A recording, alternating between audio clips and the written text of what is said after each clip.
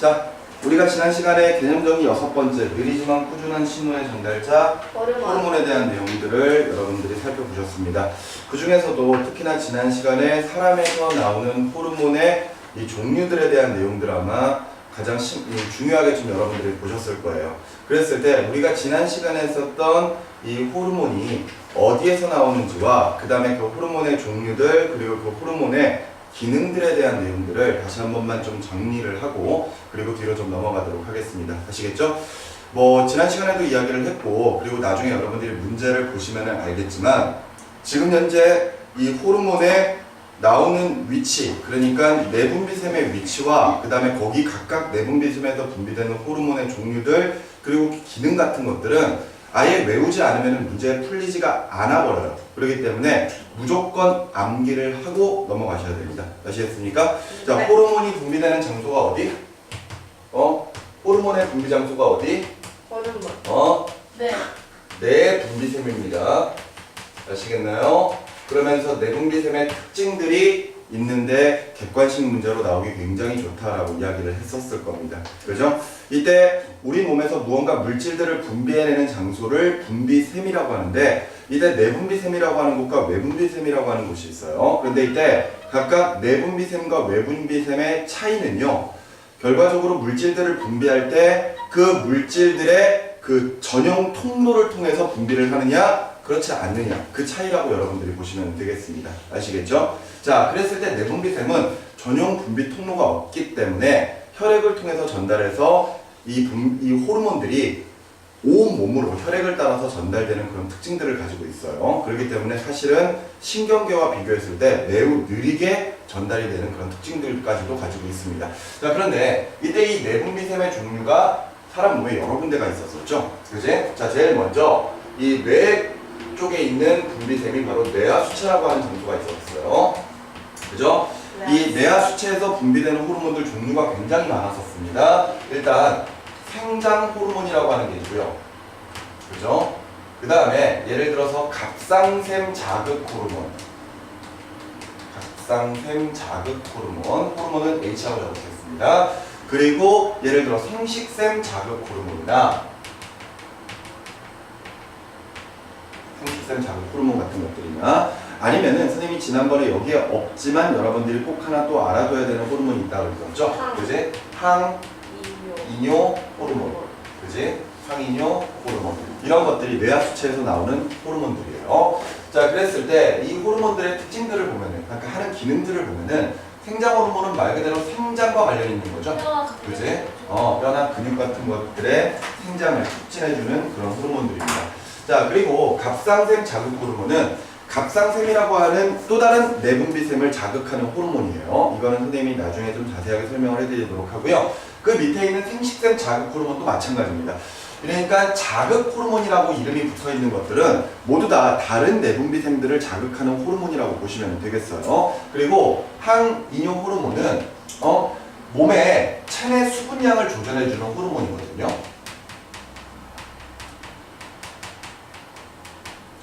체내 수분량을 조절한다. 그러니까 몸에 물이 적당량 있게끔 조절해주는 호르몬이 바로 항이뇨 호르몬이에요. 특히나 이 항이뇨 호르몬도 선생님이 조금 이따가 좀 다뤄보도록 할 거고요. 자, 이제 뇌하수체 말고 다른 이 내분비샘들을 보면은 목에 갑상샘이라고 하는 호르몬이 내분비샘이 있죠. 그지? 갑상샘에서 분비되는 호르몬은 티록신이라고 하는 호르몬이 있습니다. 티록신.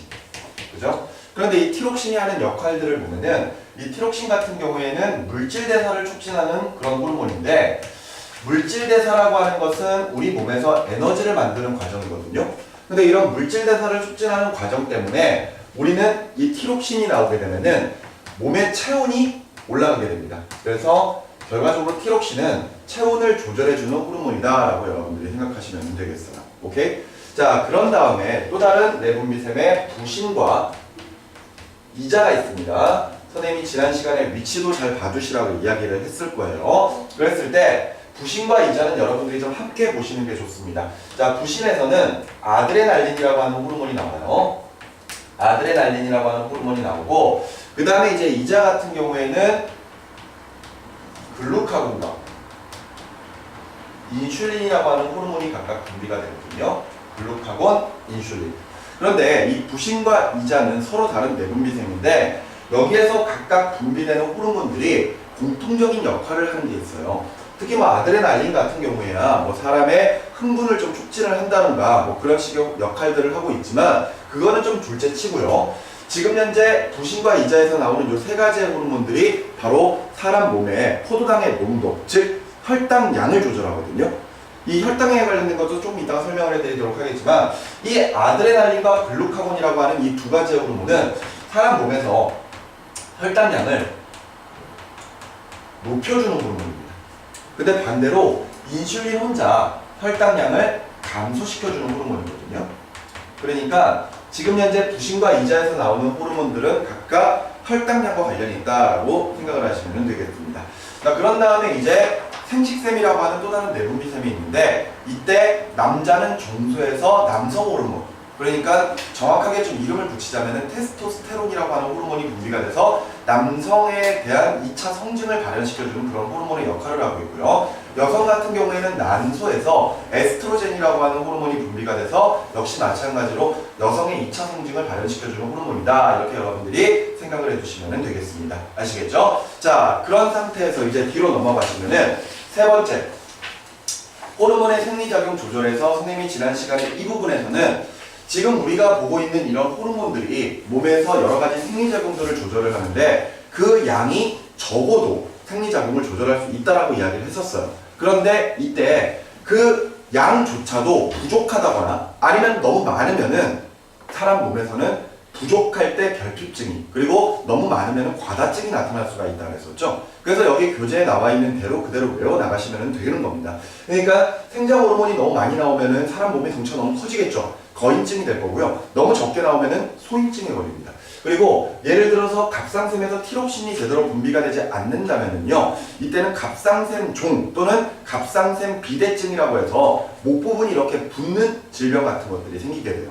그리고 예를 들어 생장 호르몬 같은 경우에도 여러분들과 같은 청소년 시기에 너무 많이 나오면은 몸이 전체적으로 커져버리는 거인병에 걸리게 되지만 예를 들어 선생님같이 생장이 완전히 거의 끝난 상태, 그러니까 2차 성징이 완전히 끝난 상태에서 만약 생장 호르몬들이 너무 많이 나와버리면은 몸의 끝부분들, 그러니까 코나 아니면 손가락 끝, 발가락 끝 같은 것들이 부풀어 오르는 이런 뭐 말단 비대증 같은 이런 과다증 같은 것들도 나타날 수 있다라고 이야기를 했고요. 또 하나 굉장히 중요한 호르몬이 바로 요 인슐린. 요 인슐린이라고 하는 게 부족할 때, 알겠어? 그때 나타나는 결핍증이 바로 우리가 많이 들어보는 당뇨병이라고 하는 거. 그지? 이런 거라는 것을 여러분들이 좀 생각을 해두시면 되겠습니다. 아시겠죠? 자, 그런 상태에서 자 이제 오늘 해야 되는 가장 포인트 부분은요. 거기 보시면 네 번째 호르몬과 혈당량 조절부터 바로 이 부분이 가장 포인트다라고 보시면 되겠습니다. 자, 일단 앞에를 좀 보시기 바랍니다. 자, 우리가 항상성이라고 하는 것을 이야기할 때 이 항상성이라고 하는 것은 외부 변화에도 외부 변화가 있어도 여기니 외부 변화에도 항상 일정한 상태를 유지해야 되는 것을 우리가 항상성이라고 해요.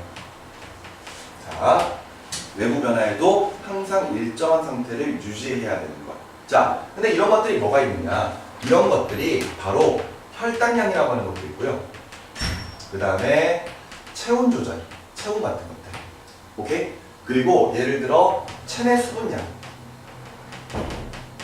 또는 체내 수분량이라고 하지 않고 뭐 삼투압이라고 표현하기도 합니다. 자, 이런 것들이 바로 항상 몸에서 일정하게 유지가 돼야 될 요소들이거든요. 무슨 말인지 이해되니?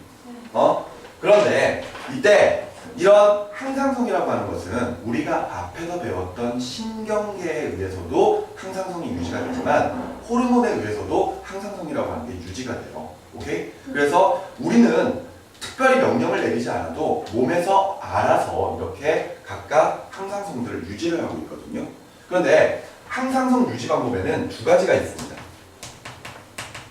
항상성 유지 방법은 두 가지예요. 첫 번째가 길항작용이라고 하는 게 있고,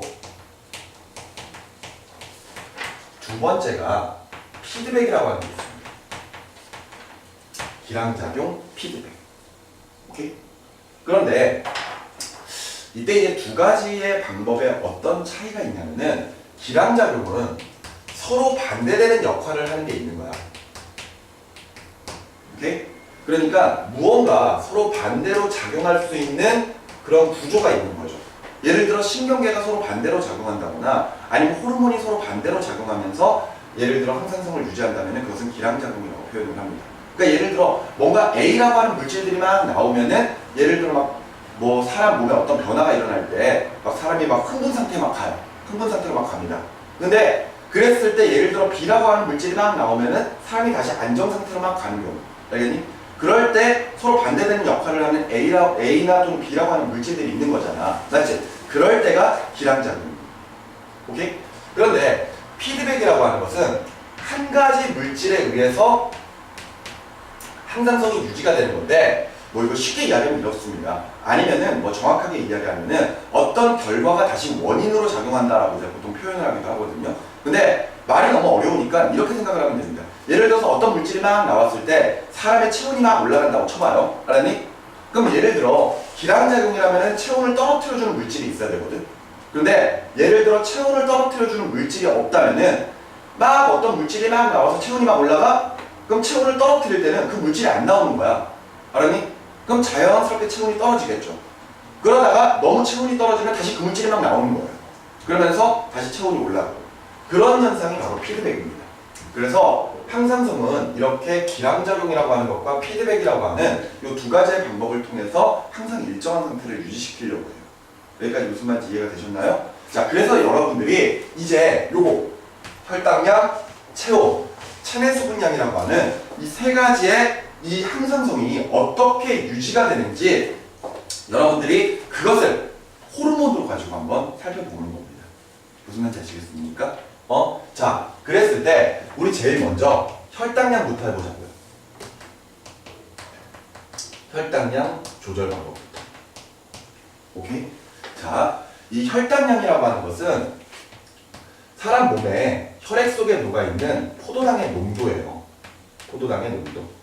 근데 이 포도당이라고 하는 것이 사람 몸에서 가장 많은 에너지를 내는 그런 물질이거든요. 그러니까 우리 몸에는 항상 그 에너지를 내기 위해서 재료가 되는 포도당이 항상 어느 정도 충분히 존재를 해야 됩니다. 아시겠습니까? 그런데 이런 포도당은 우리가 어떻게 얻을 수가 있느냐? 바로 식사 같은 것들을 할 때. 알았니? 식사를 통해서 우리가 포도당을 공급을 받는 거예요.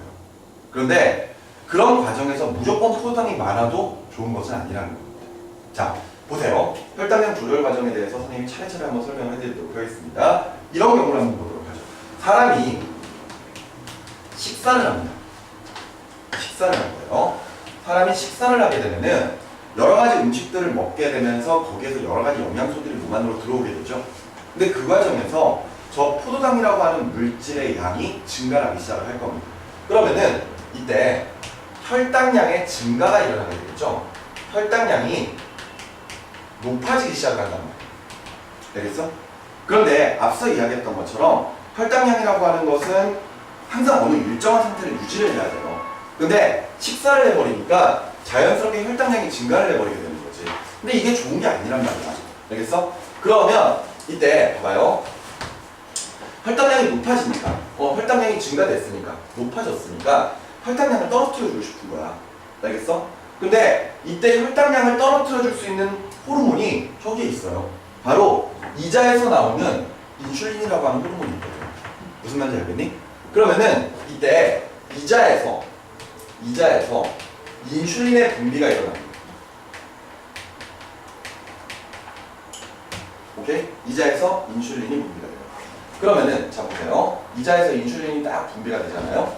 그러면은 이자에서 인슐린이 분비되면은 이 인슐린이 그냥 아무데나 가서 작용을 하는 게 아니라 간으로 간다.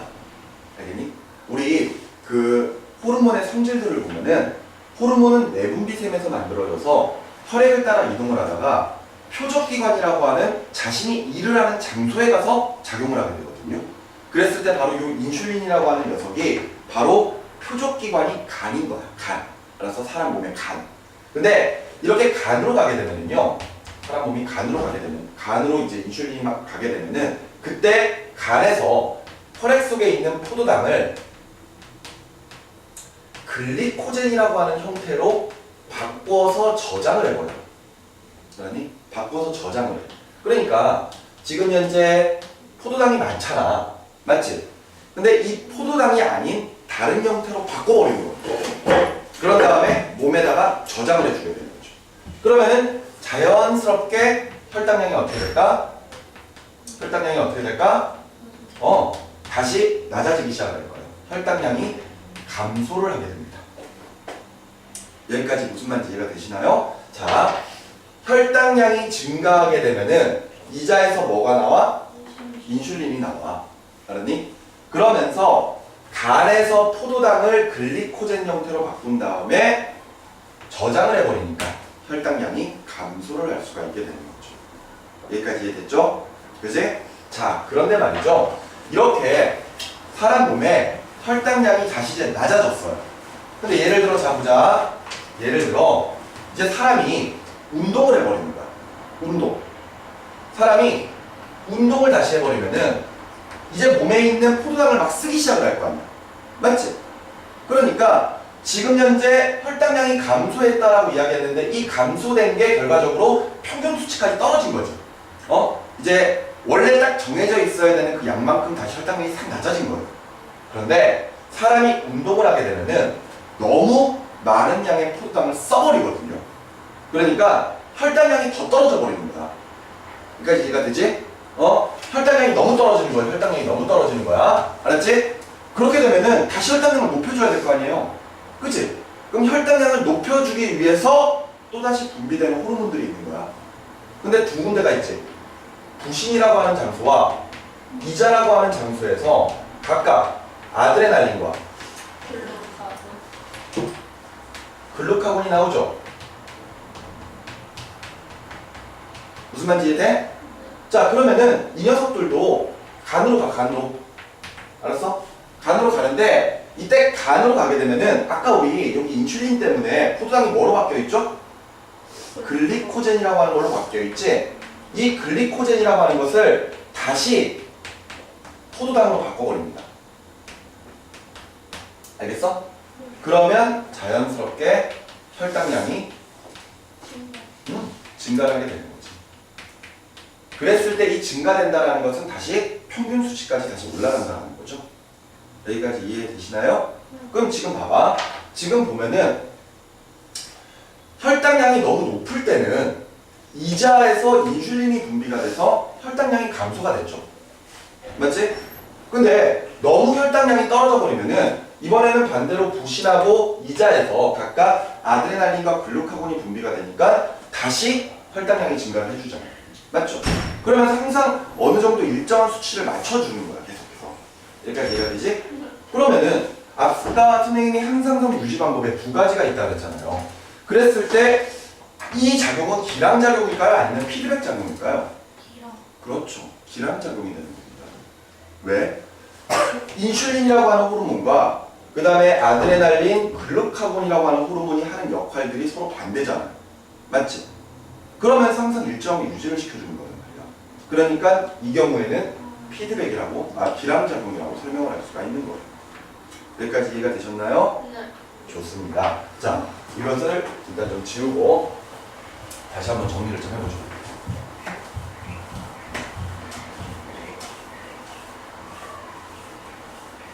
이 호르몬이라고 하는 게 우리가 새롭게 이제 배우는 거라 보니까 이름 자체도 이제 사실 익숙하지가 않고요. 그지? 몸에서 어떤 작용을 하는지 이런 거 외우는 것도 상당히 힘듭니다. 그런데 지금 우리가 보고 있는 항상성이라고 하는 거, 이거는 정말 문제 잘 나오는 부분이거든요. 그렇기 때문에 한번 할 때 조금 확실하게 좀 잘 이해를 하셨으면 좋겠습니다. 자, 지금 우리가 봤던 게 뭐죠? 혈당량 조절이었어요. 그죠? 혈당량 조절. 자, 식사하면 혈당량이 증가하고 운동을 하면 혈당량이 감소된다는 거 알겠지? 알겠니? 자, 다시 한 번만 정리를 해보자. 자, 혈당량이 자, 이번에 너무 높아요. 너무 높습니다. 그럼 뭐가 분비돼야 돼? 혈당량이 높아. 뭐가 분비돼야 돼? 인슐린 분비가 돼야 되죠? 그죠? 인슐린이 분비가 되면은, 자, 인슐린이 분비가 될 겁니다. 그러면은 인슐린은 간에서 포도당을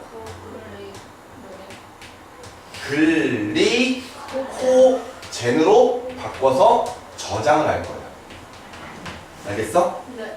아까 그 호르몬 중에서도 글리코겐이라고 하는 게 있었거든? 네. 그런데 그거랑 글루카곤이라고 하는 호르몬이 있었었죠? 근데 그거랑 이름이 비슷하지만 다른 겁니다. 알겠지? 근데 자, 여기에는 글루카곤이라 나왔는데. 아유, 봐. 내 말 잘 들어야지. 간에서 포도당이라고 하는 건 글리코젠으로 바꿔서 저장을 할 겁니다. 그러면 자연스럽게 혈당량이 어떻게 된다고? 내려. 혈당량이 내려가. 알았어? 그런데 혈당량이 너무 내려가요. 알겠어? 혈당량이 너무 내려가 버리면은 이때는 부신과 이거 이자 써줘야죠. 오케이? 부신과 이자에서 각각 호르몬들이 분비가 되죠. 부신에서는 뭐? 아드레날린. 그리고 이자에서는 글루카곤. 알겠니? 이것들이 분비가 되는 거야. 그러면 얘네들은 다시 간에서 글리코젠을 포도당으로 바꿔주는 거죠. 오케이? 그러면 자연스럽게 혈당량이 다시 높아지게 됩니다. 여기까지 이해가 됐지? 이게 빙글빙글 돌아간다고 생각하시면 돼요. 이게 빙글빙글 돌아간다고 생각합니다. 그래서 항상 어느 정도 일정한 수치들을 맞춰주는 거죠. 근데 아까 선생님이 결핍증 중에서 인슐린의 분비가 일어나지 않으면은 무슨 병에 걸린다? 당뇨병에 걸린다 그랬죠? 그러니까 여기서 인슐린이 분비가 되지 않는다면은 지금 현재 혈당량이 너무 높은데 맞지? 혈당량을 떨어뜨려 줄 수 있는 거야 없는 거야? 없잖아요. 그러니까 혈액 속에 포도당이 너무 많은 거거든? 그래서 그 당뇨병이라고 하는 병이 우리가 소변 같은 것들을 볼 때 절대 포도당이 빠져나가면 안 되는데 너무 혈액 속에 포도당이 많아서 그냥 오줌을 통해서 포도당이 나가버리는 질병이 바로 당뇨병이란 말이에요. 근데 그렇게 되면 사람이 힘도 없고요. 예를 들어서 심장으로부터 먼 곳부터 세포가 죽기 시작을 해요. 그래서 나중에는 정말 심한 경우에는 피부에 괴사가 일어나 버리기 때문에 쉽게 말해서 발가락부터 해가지고 이렇게 좀 사람이 썩어나가니까 이렇게 잘라야 되는 그런 일도 있는 게 바로 당뇨병입니다. 그래서 굉장히 좀 무서운 질병 중에 하나예요. 알겠어? 자, 이렇게 혈당량 조절이라고 하는 첫 번째 이 항상성 조절에 대해서 여러분들이 살펴보셨습니다. 여러분들이 지금 가지고 계시는 책에는요, 지금 호르몬과 혈당량 조절 그런 내용 나와 있죠? 그제? 그리고 나서 뒤쪽으로 넘어가시면은 개념 정리 7에도 역시 혈당량 조절 모형 뭐 활동하기 뭐 이렇게 해가지고 선생님이 지금까지 이렇게 해줬던 내용들이 지금 현재 어디에 설명이 쭉 되어 있습니다. 맞나요? 이제 자 그랬을 때 자 이게 끝이 아니에요. 이게 끝이 아닙니다. 자 아직까지 우리는 두 가지 더 항상성을 볼 거예요. 알겠죠? 자 앞에 보세요. 자 이제부터 볼 내용은 체온 조절입니다. 체온 조절. 사람의 체온은 항상 36.5도 정도로 일정하게 유지가 돼야 되죠. 맞지? 근데 그것조차도 역시 항상성이라고 하는 것의 이런 결과고요. 그 과정에서 호르몬이 영향을 준다는 겁니다. 물론 신경계도 작용을 해요. 하지만 일단 호르몬이 어떻게 작용을 하는지 그 내용을 볼 겁니다. 자, 보세요. 이 체온 조절이라고 하는 부분에서는요. 딱 하나의 호르몬만 생각을 하시면 돼요. 바로 갑상샘에서 분비되는 티록신이라고 하는 호르몬이거든요. 자, 보세요. 일단 사람의 체온이 너무 떨어진다고 칩시다. 알겠지? 사람의 체온이 너무 떨어지면은 이 체온이 떨어졌다는 것을 감지를 해요. 머리에서. 아니, 뇌에서 감지를 하거든. 그런 다음에 자, 체온을 높여라! 라고 명령을 막 내립니다. 근데 그때 그 명령을 가장 먼저 수행하는 장소가 뇌하수체예요. 뇌하수체가 체온이 너무 떨어졌으니까 체온 올려라 라고 명령을 딱 받으면은 이때 갑상샘 자극 호르몬을 분비시킵니다.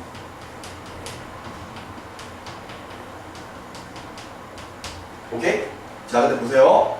이렇게 갑상샘 자극 호르몬의 양이 막 증가하게 되면은 이 갑상샘 자극 호르몬이 이름처럼 그대로 갑상샘에 가서 자극을 막 하기 시작하거든. 그러면은 이때 갑상샘에서는 무슨 호르몬이 나와야 되죠? 티록신. 그렇죠. 티록신이라고 하는 호르몬이 분비가 되기 시작을 하는 거예요. 그런데 아까 선생님이 티록신이라고 하는 호르몬이 하는 역할이 뭐? 체온. 물질 대사. 그죠? 즉 많은 양의 에너지를 만들어내기 시작을 합니다. 물질 대사가 증가하기 시작을 해요. 그런데 이런 결과로 자연스럽게 열이 많이 발생하기 시작을 하거든요. 그래서 체온이 어떻게 되는 걸까? 높아지는 거야. 좀 더 높아지기 시작을 하는 거예요. 그래서 자신이 떨어졌던 체온 이상으로 계속해서 체온이 막 올라가기 시작을 하는 거죠. 자, 그런데 이렇게 체온이 너무 높아졌습니다. 체온이 너무 높아졌어. 계속 티록신이 나와버리면은 점점 체온은 계속해서 올라가 버리겠죠. 그럼 체온을 떨어뜨려줘야 될 거 아니야. 맞지? 근데 말이야, 봐봐. 이때 체온이 떨어지면은 체온을 올려주는 호르몬은 있어. 알았니? 티록신이라고 하는 호르몬이 체온을 높여주는 호르몬이란 말이에요. 근데 문제는 체온을 떨어뜨리는 호르몬은 없어. 그러니까 역시 체온이 너무 높아졌다? 그러면 자연스럽게 머릿속에서 명령을 내려요. 아, 체온을 떨어뜨려. 그런데 문제는 체온을 떨어뜨리는 호르몬이 있어 없어? 없단 말이야. 그러면은 어떻게 하냐면 아까 요거 뇌하수체가 자신이 분비하던 갑상샘 자극 호르몬을 억제를 해버립니다. 안 내놓는 거야. 알았니? 이 갑상샘 자극 호르몬이 나와야지 갑상샘을 자극해서 티록신이 나오거든요. 그런데 그게 억제가 돼버리는 거야. 그러면은 결과적으로 갑상샘에서 티록신이 나올까 안 나올까? 안 나오겠죠. 티록신에 억제가 일어나 버리는 거예요. 티록신이 제대로 안 나와. 그러면은 물질 대사 해 안 해? 안 하죠. 물질 대사를 하지 않으니까 열이 발생을 하지 않겠지. 맞지? 그렇기 때문에 자연스럽게 다시 체온이 떨어지기 시작하는 거예요. 이해되시나요? 자, 일단 포인트는 이거예요. 티록신이 분비되면은 체온이 어떻게 된다? 올라가는 거야. 그런데 티록신이 억제가 되면은 체온이 어떻게 되죠? 내려가는 거야. 자, 그러면 아까 우리 혈당량 조절에서 혈당량이 높아지면은 떨어뜨리려고 뭐가 나왔었어? 혈당량이 높아졌을 때 떨어뜨리려고 뭐가 나왔어? 인슐린이 나왔단 말이야. 근데 반대로 혈당량이 너무 떨어지면 혈당량을 높이기 위해서 뭐가 나왔지? 글루카곤 아니면은 아드레날린 같은 것들이 나왔죠? 맞죠? 근데 이런 것처럼 혈당량에서 높이거나 낮추는 서로 반대되는 호르몬이 있어서 항상성이 유지가 되는 것을 뭐라 불렀었지? 그렇게 항상성 조절 방법을 뭐라 불렀었어? 두 가지 있다 그랬잖아. 두 가지 반대되는 거 기량작용이라고 하자니. 그런데 얘 봐봐. 얘는 티록신이 나오면 체온이 올라가고 티록신이 떨어지면은 티록신이 안 나오면 체온이 떨어지지. 하나밖에 없는 거잖아. 그럼 얘가 뭐가 될 거야? 이게 피드백이 되는 거야. 무슨 말인지 알겠니? 이렇게 해서 체온을 조절을 해주는 거야. 됐어요? 자, 하나가 더 남았습니다. 하나가 더 남았는데 그 나머지가 이제 체내 수분량이야. 체내 수분량 조절. 사람 몸에는 항상 70% 정도의 물이 존재를 해야 되거든요. 그런데 그 물이 많아지거나 적어져도 문제가 생긴단 말이에요. 그래서 그 물의 양을 어느 정도 일정하게 유지시켜주는 과정도 역시 항상성이 되는 겁니다. 근데 보세요. 자, 몸에 수분량이 많아졌다고 칩시다. 알겠죠? 이때 사람 몸에 물이 많아지게 되면요, 쉽게 말해서 몸이 싱거워지는 거거든요. 그랬을 때 체내 수분량이라고 하는 걸 다른 말로 삼투압이라고 하는데, 사람 몸이 싱거워지면은 삼투압이라고 하는 게 떨어진다라고 표현을 해요. 알았어? 사람 몸도 적당히 짭짤해야 돼. 그런데 물이 많아지면 싱거워질 거 아니야. 맞지? 그랬을 때 우리가 그것을 삼투압이 떨어진다. 삼투압이 낮아진다. 이렇게 이제 표현을 하는 거예요. 근데 이때는 봐봐. 수분량이 너무 많으니까, 물이 너무 많으니까 이 물을 밖으로 내보내야 되겠지. 그럼 물을 내보낼 수 있는 가장 좋은 방법이 뭐예요? 오줌이란 말이야. 알았어? 소변을 보는 거란 말이에요. 근데 이때 봐봐. 이렇게 수분량이 높아지면요, 오줌을 통해서 몸 밖으로 물을 내보낼 겁니다. 그랬을 때 바로 뇌하수체라고 하는 장소에서 항이뇨 호르몬이라고 하는 게 억제가 돼. 억제가 돼. 알았니? 그러면 자, 잘 들어. 억제가 돼. 안 나와. 알았니? 억제가 되는 거야. 항이뇨 호르몬이 억제가 됩니다. 그러면은 물이 오줌을 통해서 빠져나가 버려요. 그러면은 오줌의 양은 어떻게 되지? 오줌 양이 증가를 하고, 그리고 오줌은 진할까 아니면 연할까? 그렇죠. 오줌은 농도가 감소를 하기 시작합니다. 물이 많으니까. 무슨 말인지 알겠어? 그런데 반대로 수분 양이 너무 적다고 쳐보자. 그래서 몸이 더 짜지는 거야. 그러니까 이때는 우리가 삼투압이 높아진다라고 하거든요. 몸이 점점 짜지는 거예요. 그러면 그런 어떤 변화가 나타나면은 머릿속에서 빨리 물을 채워라라고 명령을 막 내릴 거 아니야. 그럼 우리가 그때 느끼는 게 바로 갈증이란 말이에요. 아, 물 먹고 싶다 이거란 말이야. 근데 예를 들어 우리가 물을 먹을 수 있는 환경이 아니라면은 밖에서 외부에서 물을 못 채워주잖아. 그러면 몸 안에서도 최대한 물을 보충을 하려고 하거든요. 그랬을 때 그게 그 방법이 바로 지금 현재 오줌을 만들어 놓은 장소에서 물을 빼내버리는 거예요. 그러니 오줌이라고 하는 것을 우리가 만들고 나면은 이걸 바로바로 몸 밖으로 내보내는 게 아니라 몸에 저장을 하잖아요. 맞죠? 근데 그 과정에서 오줌의 대부분이 사실 물이란 말이야.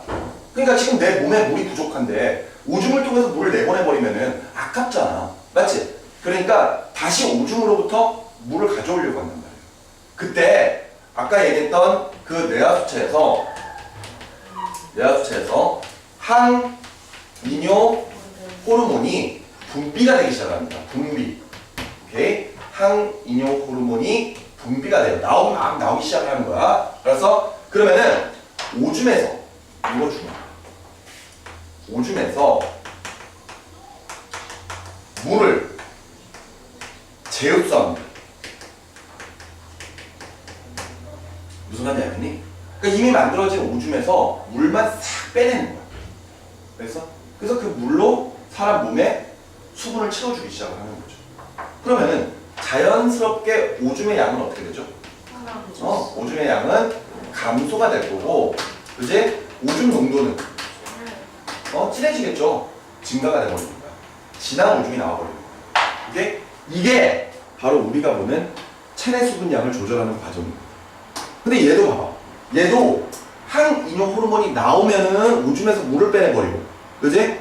항이뇨 호르몬이 안 나오면은 물 안 빼내지. 맞지? 여러분들이 수박 먹으면 항이뇨 호르몬이 나올까요? 안 나올까요? 안 나와요. 수박 먹으면 물의 양이 많아질 거 아니야. 맞지? 그때 항이뇨 호르몬이 안 나와. 근데 너네들이 막 땀을 흘리면서 운동하고 막 그래버리면은 그때는 항이뇨 호르몬들이 막 나오겠죠. 왜? 오줌에서 물을 최대한 빼야 되니까. 무슨 말인지 이해가 돼? 그럼 얘도 항이뇨 호르몬 때문에 이런 일이 벌어지는 거니까 얘는 기람작용이 피드백입니다. 알겠어? 이렇게 해가지고 항상성을 유지를 하는 겁니다. 여기까지 알겠습니까? 여러분들 지금 하고 있는 단원에서 이제 마지막에 보는 이런 항상성 부분인데, 이게 어찌 보면은 매우 중요한 부분에 해당을 하는 거예요. 자, 이런 내용이 지금 현재 뒤쪽에 8번 신경과 호르몬이 함께 조절해요 해서 밑에 나와 있는 체온 조절까지 여러분들이 쭉 살펴본 과정입니다.